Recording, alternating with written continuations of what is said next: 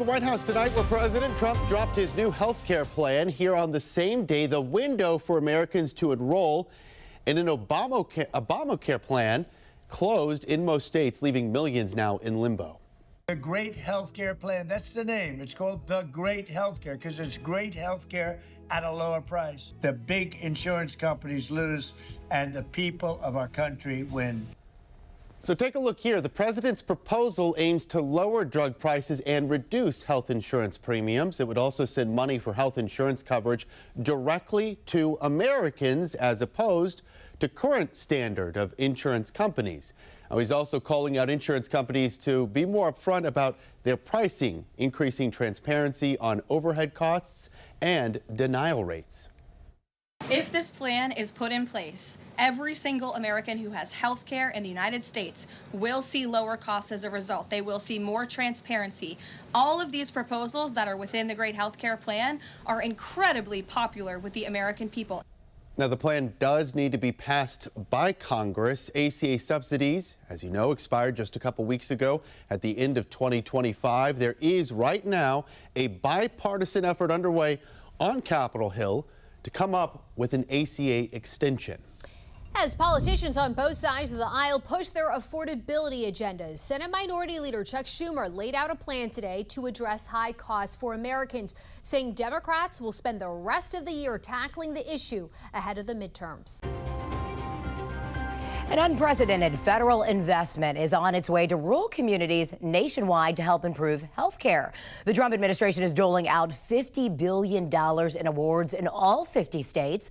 Joining us now to talk more about this and much more is the administrator for the Centers for Medicare and Medicaid Services, Dr. Mehmet Oz. Happy New Year. Thanks for being here. Happy New Year, Taylor. It is the largest program of its kind ever. The $50 billion represents a 50% increase in the amount of money that we're putting into rural areas from Medicaid. And just to put it in context, Taylor, if you live in rural America, your life expectancy is shorter. We're having a major problem in this country because your zip codes are dictating your life expectancy. You don't have access to care. There's not availability of newer technologies. We have problems with paternity mortality rates, all kinds of problems that none of us in America want to acknowledge, but it's unfortunately there, and it's been there for a while. So the president and Congress said, we're going to give $50 billion, $1 billion to each state over the course of 5 years. Wow. And the point of the money is not to pay the bills.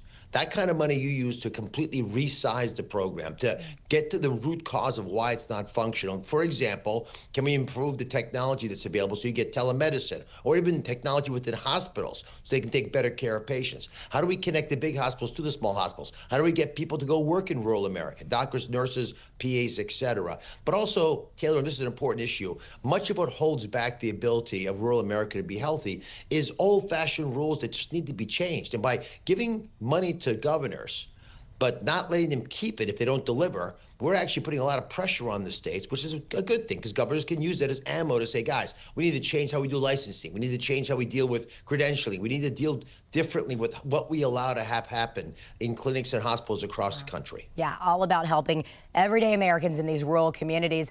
Now, I want to shift gears really quickly to talk about this. With fundamentally different approaches to health care policy, of course, Democrats and Republicans are still not seeing eye to eye, Dr. Oz, on a path forward now that ACA healthcare subsidies have expired. So can you tell us more about that next deadline to fund the government, January 30th? Are we on the verge of another shutdown due to healthcare policy? I think the major focus of the nation needs to be reducing the actual cost of care. Throwing money at insurance companies with the hope that they'll spend it wisely to reduce healthcare costs is not a wise move. Why? Because if you give the insurance companies a lot of money, they're not really incentivized to reduce costs. What we need to do is literally go into the system and say, okay, first of all, who's the most important stakeholder? It's you, Taylor. It's the people watching the show. We want them to be healthy. It's the most expensive thing in medicine, bad care. Because you pay someone to do a bad job, then you pay someone who's good to do a good job, then you got to fix the problem and pay for the complications. And so I would like to flip it upside down. The president feels strongly about this. Give the money to the people. Let them wisely use their money to get the best care possible. We're building out all kinds of tools at CMS, the agency that I run, Medicare and Medicaid, to actually give you in your hands the ability to reverse some of the chronic illnesses. The most favored nation drug pricing that we've been advocating for and been accomplishing with the president's leadership leadership over the last several months, that's dramatically dropped the price of medication starting this year. Imagine being able to get that weight loss pill, the so-called fat shot, as the president calls it, not for $1,200, but for $250. In fact, in Medicare, we're giving it for a $50 copay, and in Medicaid, it's going to be free, basically, as states join on. So we believe these weight loss drugs are going to be, together with diet and lifestyle, important in reducing complications from obesity. That drops the cost of care so much that it actually is not going to cost us any money to get these drugs for the American people, because we're going to have less heart attacks, less strokes. But that also means a lot more people with their kids getting married, a lot more folks enjoying life, working longer, contributing to the economy. Yeah, literally life-changing. So, speaking of CMS, which you're the head of, I want to talk about some other big news coming out. Of course, we talked at the top of this interview about that $50 billion investment in rural health care, which is incredible. But also, there's some big changes to immunization practices. Can you talk briefly about that? Well, Secretary Kennedy felt passionately about this, but so has the president. They're all pro-vaccine, as am I. The question is, are we giving the right number of vaccines in the right situations? Can we do a better job examining the impacts of these vaccines to give everyone comfort that they're as effective as we hope? And this, again, something every parent does. You put your kid in a car seat, you assume the car seat's safe, but you check just in case. Did I buckle it in right? Is it strapped correctly? That's all stuff that we historically have taken for granted in the vaccine space. We ought to do it again. Many of these vaccines are older. We should just double check with randomized trials how effective they are. In the meantime, give people choice. My job is to pay for the vaccines. So I can tell you that no matter what happens, you're going to get the vaccine for free if you want it. But it should be your decision whether you want to get the vaccine. Dr. Mehmet Oz, Centers for Medicare and Medicaid Services Administrator, as always. Thank you so much for being here with us. Taylor, appreciate it. Happy New Year. You too. This morning, President Trump urging Congress to immediately pass legislation on his health care overhaul aimed at replacing Obamacare and lowering costs. Yesterday, Trump released a 5-minute video message laying out what he calls the great health care plan. Those key parts of the agenda do include lowering drug prices by expanding access to over-the-counter drugs and using most favored nation pricing, maximizing price transparency by requiring providers to post all costs and prices up front, and giving money to consumers directly instead of insurance companies.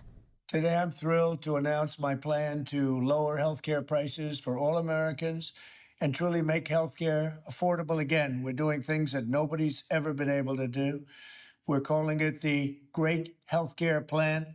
Instead of putting the needs of big corporations and special interests first, our plan finally puts you first and puts more money in your pocket. The government is going to pay the money directly to you. It goes to you, and then you take the money and buy your own health care. Nobody's ever heard of that before, and that's the way it is. The big insurance companies lose, and the people of our country win.